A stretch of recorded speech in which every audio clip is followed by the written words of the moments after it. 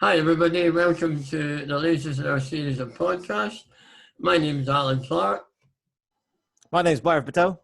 I'm the CEO, and you usually steal my thunder on this one, Alan. So I'm going to steal your thunder this time. So I'm the CEO and founder of Atom Ventures and Atom CTO.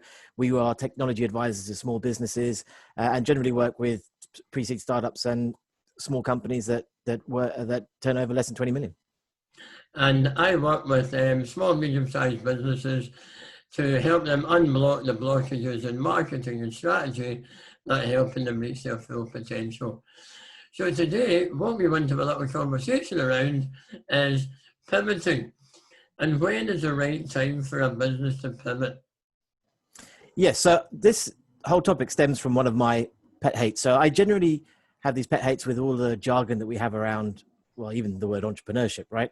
So, because it's all about business and actually business has been going on for time immemorial, right? Since the first person traded their grain for a, spanner or whatever it was back in the days. And so now we talk about pivoting as if it's something cool and that we should all think about doing, and pivoting is awesome. And now COVID has come and we should all pivot the business. And oh my God, it's amazing how I pivoted quickly. And I just don't see that. It doesn't make sense to me, right? Because to me, in my mind, pivoting means you're going in one direction. Okay, I pivot, I have to go in a completely different direction. But that's not really, I don't see that as a sensible way of doing business, right? For me, business should evolve. So I'll give you a good example. So when we were started off at Aztec Exchange, so we were doing invoice financing, trade finance, global trade finance. So we launched the platform globally in 2013. And the initial way that we were selling or conducting business was that a supplier would come onto our platform, put an invoice onto a marketplace, and you'd have a set of investors in the back end, so hedge funds, asset managers, who would then bid on those invoices and essentially buy them and fund them. So suppliers could get, there would be a kind of a difference in the rate of interest that the suppliers would have to pay. And there would be a difference in, say, the amount of money that they would get up front. So they could get anything between, let's say, 90% and 70% up front. And so as we evolved the business, what we found was, okay, the investors want to have a steady supply of invoices, and suppliers want to have a steady, want to have the notion that people are going to invest or buy their invoices, right? So they need to know that there's a steady flow of funds. So what we realized is actually creating a marketplace is very difficult, because to get the right quality of invoices and then finding the right investors for those invoices is tough, because you could have thousands of invoices, but the investors may only be interested in a small percentage. So then what do you do with the other suppliers, right? Then the problem is that your whole marketplace falls apart simply because 80% of your invoices aren't funded. So what we ended up having to do, and it evolved, that there were like three different, I would call them, business models within it, but they were all part of this. There were evolutions of the initial thought that we want to sell, but purchase invoices and fund trade finance globally. And the way that we ended up was by moving into the e-invoicing space, where you would take invoices directly from e-invoicing providers. So you'd have a very large set of invoices. So investors would know that there's a great pool of invoices, and you could vet the quality beforehand because you knew who the suppliers were, you knew who they were selling to. And you also could target the right suppliers and say to them, look, we know all the invoice flow you've got. We can guarantee you this amount of money. So ultimately, you've got a much more secure business model, simply because you know that you've got the invoices and you know you've got the investors to actually to fund those invoices. But to me, and we changed that 4 times, and okay, I was the CTO of that company, and I know that we evolved the platform in that way, but it was an evolution, right? It wasn't a pivoting. But if you take it into modern parlance and modern jargon now, we pivoted from a marketplace to an invoicing provider, but it wasn't, and it was never that sudden, and it could never be that sudden, right?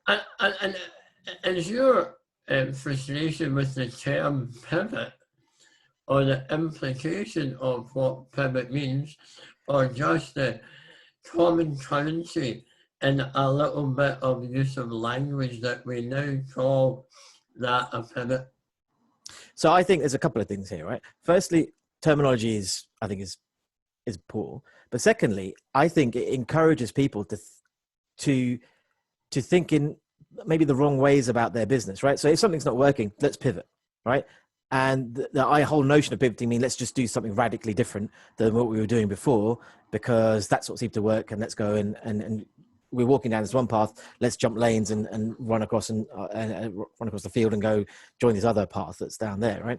And I think that's my problem with it. People are going, oh, let's pivot, as if it's something that you can do on the whim, right? And Right. it isn't.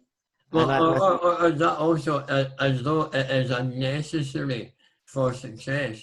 yeah, You must pivot. exactly, and it really isn't.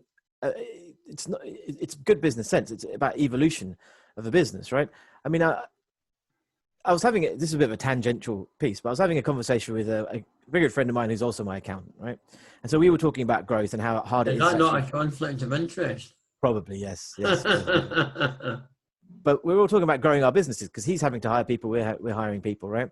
And so we were just discussing, the way, like, obviously we don't know what's going to happen with COVID. We're in August now. What happens in October, November? How bad the recession is, et cetera, et cetera.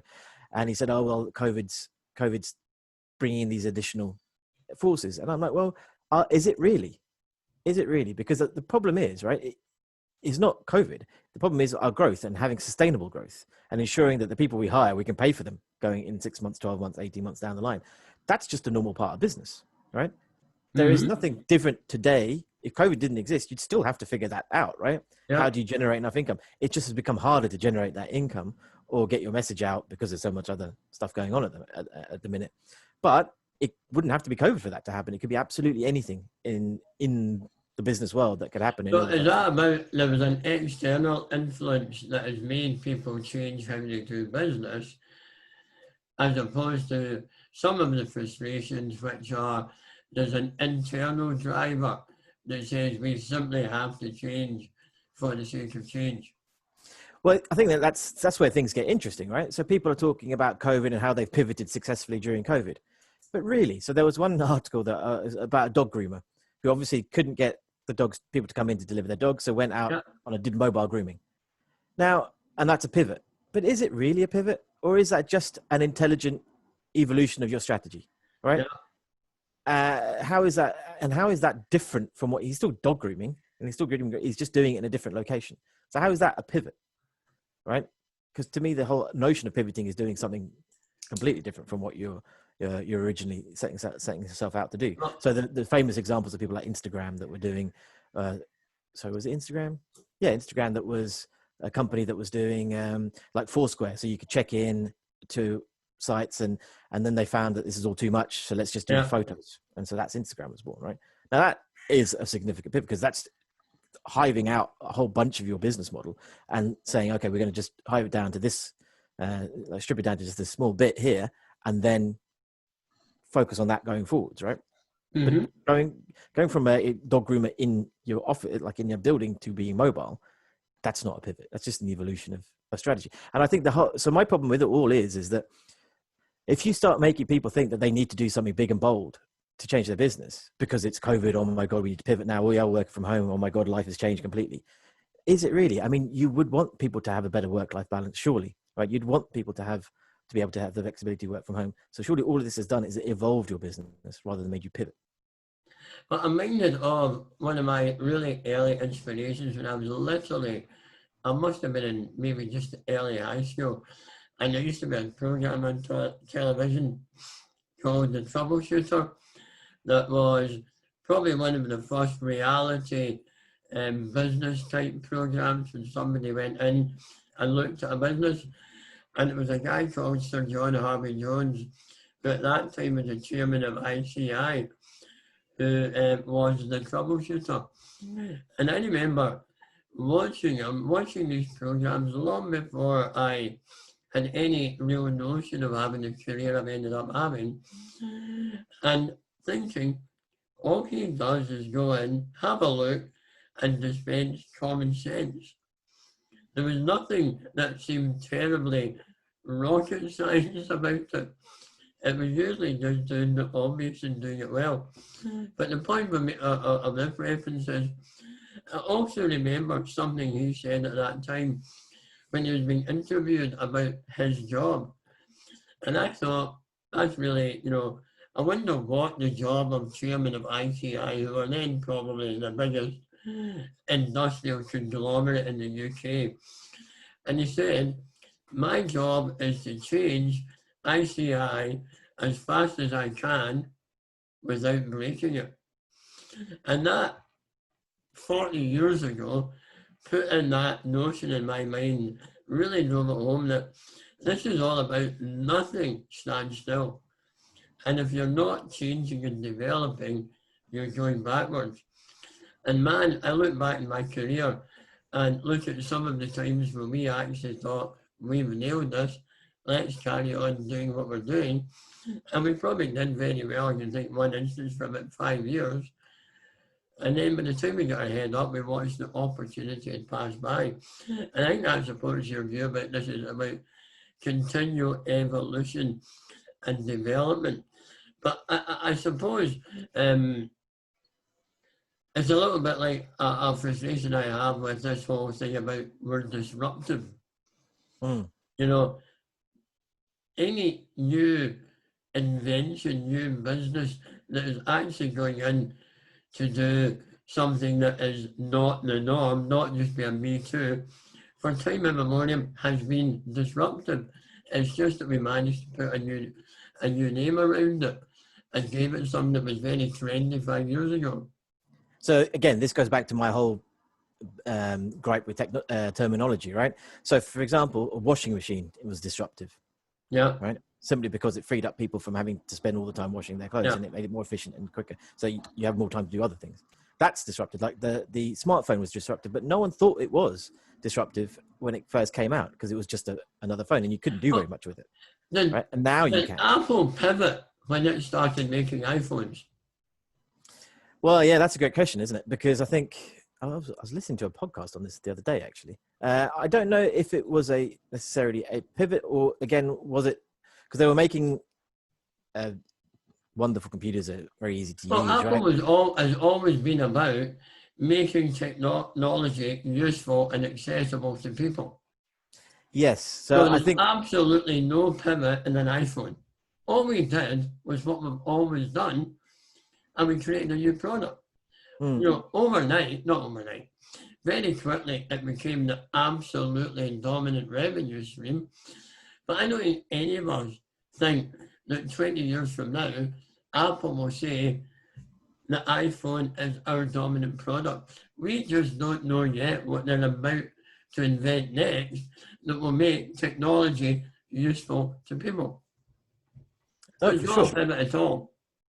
No, it's just, I think what Steve Jobs did. I mean, I honestly, I haven't read enough of Apple and all of the many books and films that have come out. I've kind of avoided. But what I can say is that essentially what they did was they took what they're good at and did more of it, right? Yeah.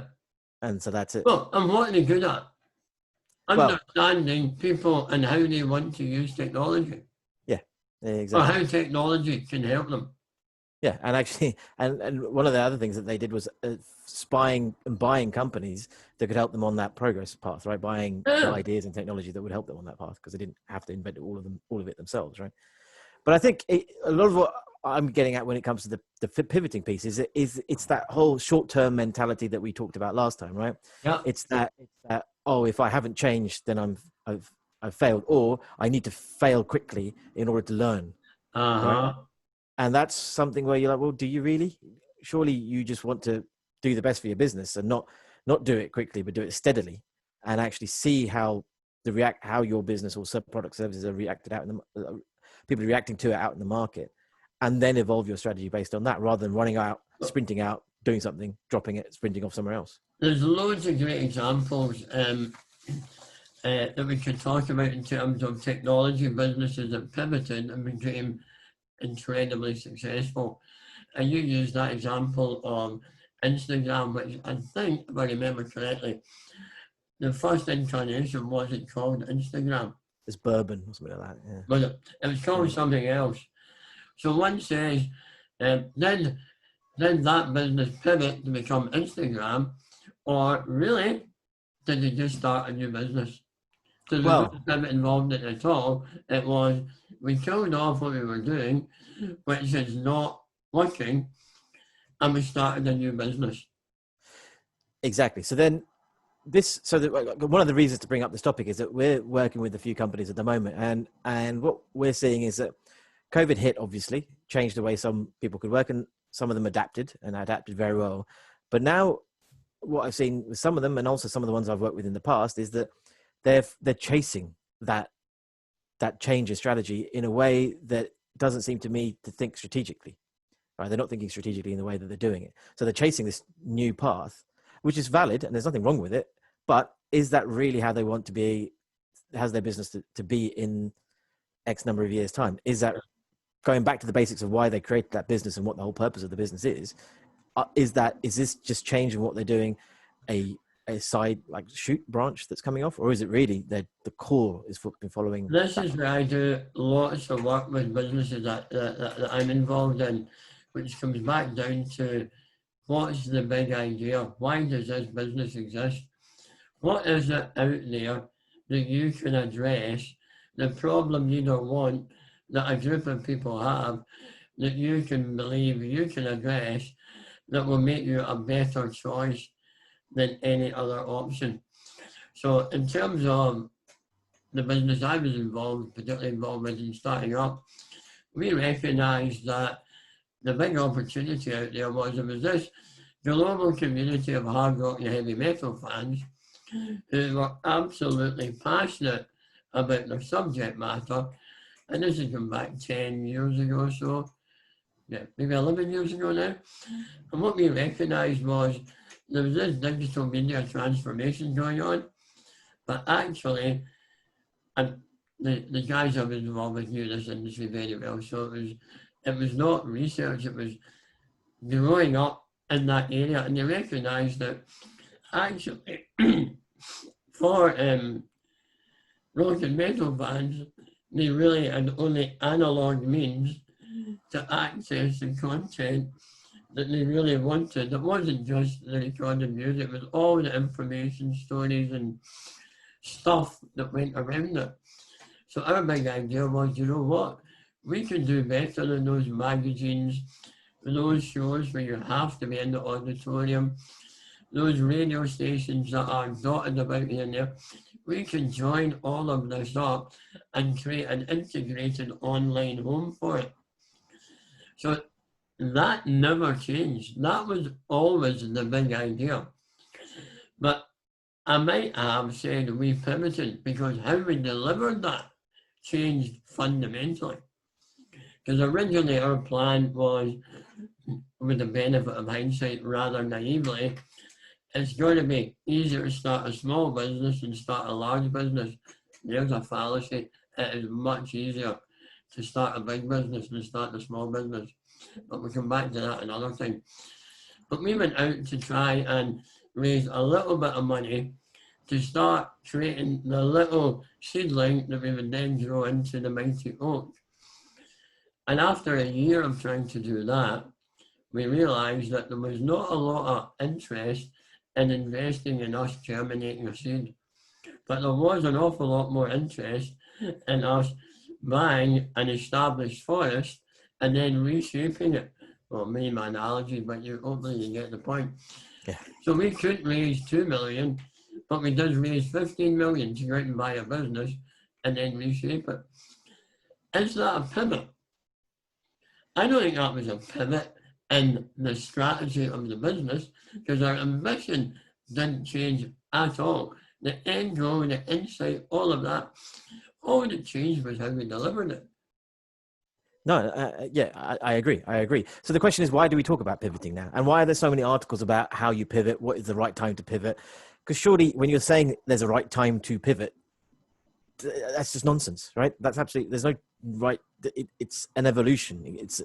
You're going on, you're progressing, you're constantly reviewing your business and understanding where the future roadmap is, how the market's responding to what you're doing, what you think the market's going to change. That's it. Like, you can't have any time to pivot. I read an article about this recently, and I thought it was a really great piece in it, point in it, and it was about obstacles versus impossibilities.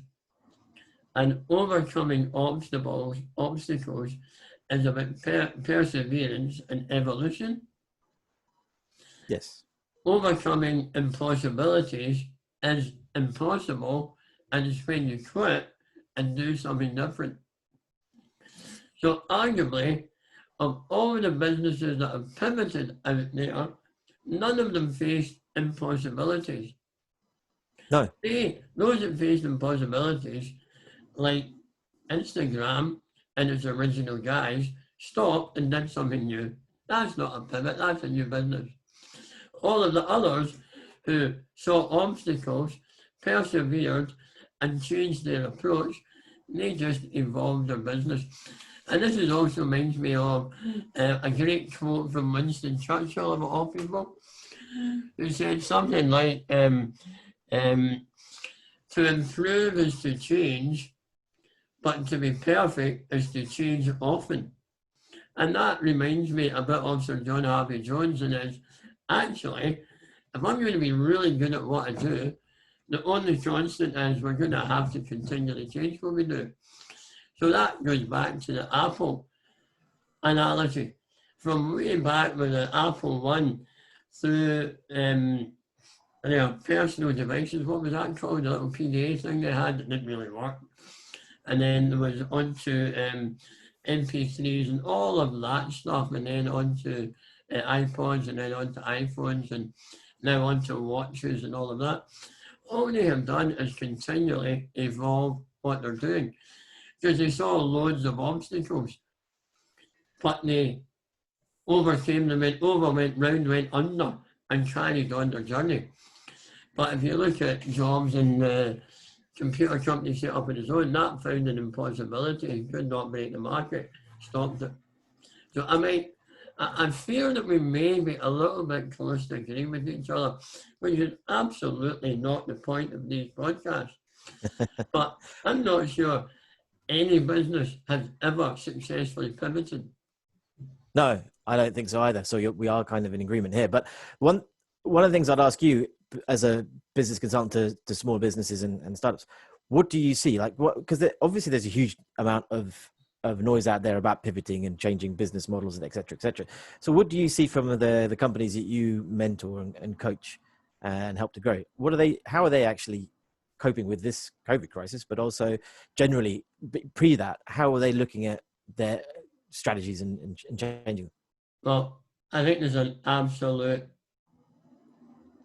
universal truth in here and a bit of uncommon sense. A number of the companies I work with have done brilliantly over the last 6 months. And almost to a man and woman, they've said, weren't we really lucky? Wow, I can't believe we were so lucky how this has all turned out. And every one of them have said, luck wasn't part of that. What was part of that was the work that you did 2, 3, 4, 5 years ago, where you said the status quo was unacceptable. The only way we are going to succeed is by identifying the obstacles that are going to come down the line and making sure that we are on the front foot in identifying those obstacles, and then developing plans and strategies to make sure that we are ready for when that becomes manifest. And interestingly, that also comes down to the whole issue around what marketing is. And I'll preach this forever, a great definition from the Institute of Marketing. It's a management process about identifying, satisfying, and anticipating customer requirements.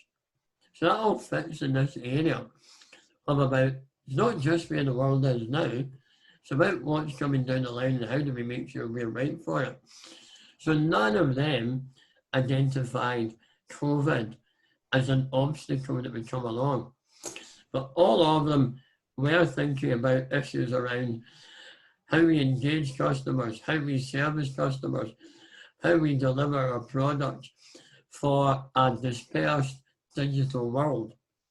So when the when the analog physical world shut down, they were largely able to carry on as they did before, because they were already living that world. So none of them, well, I think of one that went from having a factory production unit with 30 people on the production line to 5 people on the production line that generated more revenue and more profit with 5 people. They didn't pivot. what they did was they were absolutely ready for the new. They didn't make anything new. They just made more of a smaller section of what they were doing already because that's what customers' requirements were. So I don't see that as a pivot in any way at all. All that was a realigning of what they were already doing, and they were absolutely spot on. So I'm sure there are lots of businesses out there that have said, we have pivoted during lockdown, and using your dog water analogy, or dog groomer, you haven't pivoted at all. All you've done is slightly change how you deliver your business to suit the current circumstances. So my question then is, why do we talk about it so much? Because so why has one of these really bloody frustrating things that in the world that we live in, there's got to be the today's subject, the trendy subject, the buzzword of the moment. You know, it's been a while since I've heard anybody really bang on about Real Disruptive. And I actually wrote a blog piece about 3 years ago. I think the headline was something like, is this the year disruption dies? And my point there was, it's just a word for something that's been going on forever. And the number of pictures I saw, clients stand up and they say, yeah, we're disruptive. Well, what do we do? You know what? We've seen 10 pictures today. Everyone started off by saying we're disruptive. So you know what? You've just banged yourself right back into the bog average. You are no different to everybody else. If everyone is disruptive, then isn't everyone becoming the same? And it's the same as now saying, yeah, we pivoted the business to take advantage of this. Yeah. There's never been, if you follow the John Harvey Jones view of 40 years ago, my job is to change the business continually. Sure, there's little tweaks that you do, but there's also big differences you make. You know, I think of when I was a kid, every hospital bed had one product beside it because the people in the hospital beds were ill, and it was called Lucozade. And now, this afternoon, I'm off to go and do some football coaching, and all the young kids are going to run in holding bottles of sports bottles with a special little cap of Lucozade, because you know what? That's what athletes drink, because it's really good for fit and healthy people.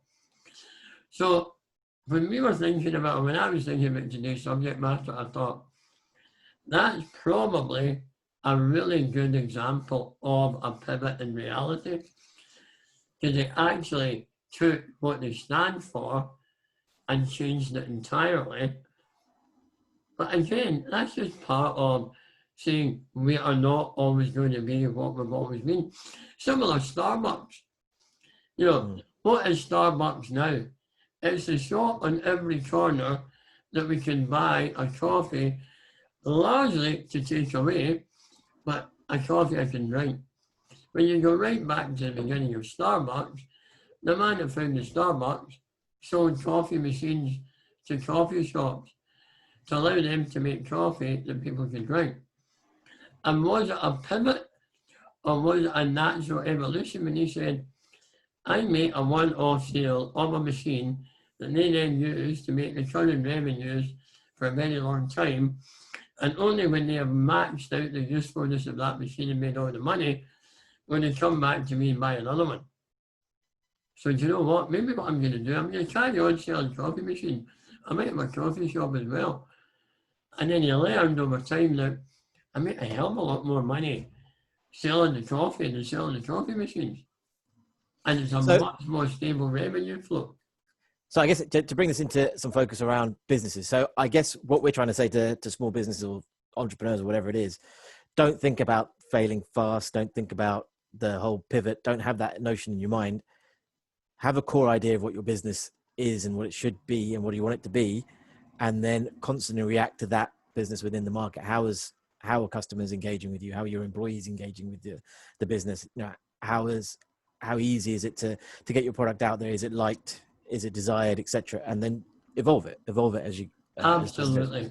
I use a little model around what strategy means, and at the heart of it is your core strategy, and then built around the nucleus of the atom is your finance strategy, your production strategy, your R&D strategy, and how that all builds off that core strategic vision and strategic plan for the business.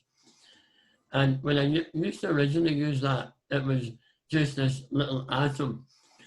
And then it occurred to me that there was a fundamental part missing, which was something that encapsulated all of that. And what I describe that is as the environment in which your business is operating. So you can go in and absolutely nail the vision and the core strategic plan, and then look at all the key elements of your business and say, right, how is that going to allow me to deliver the core strategy for my business? What do I need to do in the area of finance or production or R&D to allow us to deliver that? And then how do I join all of those bits up?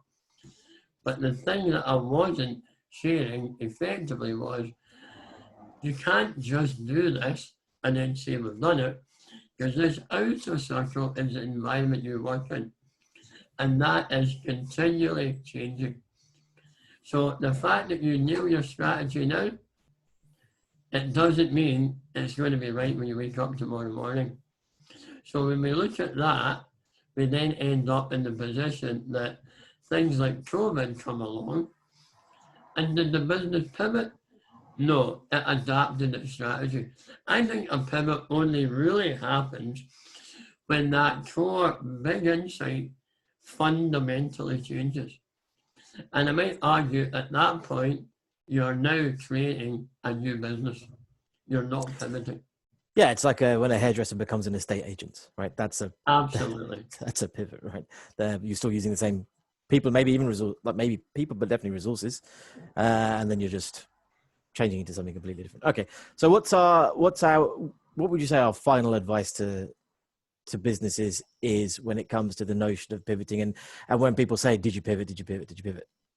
Or, my absolute, and this comes down to lots of the advice I give out, is, you know what, avoid the current buzzword or the buzz phrase.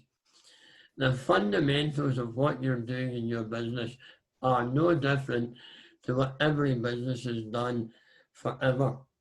So pivoting and disrupting and digitizing are not things you say, we must do a bit of pivoting, we must do a bit of disrupting, we must do a bit of digitizing, or even in one of my core areas, we must do a bit of marketing. These are all constants in every business. And your role as the leader of the business is to make sure, as good old Sir John Harvey Jones told me 40 years ago, that you are continually evolving and developing your business as fast as you can without breaking what you already have. Yeah, and I think for my part, don't run your business like a 5-year-olds playing football. Don't chase the ball, right? You still got to understand the tactics and the strategy of getting there to win. Don't just run around with the best. So, because again, one of the things I'm seeing is that people are, because they're finding a new path, they're just running down that path, without really thinking, how is this going to play out over X number of months? And the reason I have this opinion is simply because people, and I've seen it with companies that we work with, they're just suddenly buying technology, right? Oh, well, you need to do this now. Let's go and integrate this. Let's go and buy this. And then what's your long? That's a bit like mine. We need to do some marketing. Yeah. Well, no, you're always doing marketing. And if you're not always doing it and evolving it and developing it, can't go out and buy a yard of it and say that was good. I love your analogy with the football team now. Because, I'm now, my team I've seen grow up from under 8s to now playing at under 21s. And at under 8s, it was all, you ask any of the boys now, it was all about what I did when I had the ball. And now they were under 21s, they'll say 95% of my game is what I do when I don't have the ball. Exactly. And that is about having that bigger picture about the outcome and where we're aiming to get to here. And you know what? I could be man of the match and only touched the ball 5 times, but I was always in the right place at the right moment to make sure they never gave it to their best player, because he was always marked. All right, I think on that note, we should probably end this. Otherwise, I feel that we can keep going for quite a long time. But before we end, there's one little thing I'm going to ask that anybody that has been kind enough to listen to us share our thoughts on this. We need to come up with a name for this now. Alan and Bhairav having a chat isn't really up to it. So what we're going to do is we're going to make some suggestions and ask for anybody who's interested to either vote on the ones that we have or send us in your suggestions. And maybe by the next time we record one, hopefully we'll have a name that actually reflects on what we do. Indeed.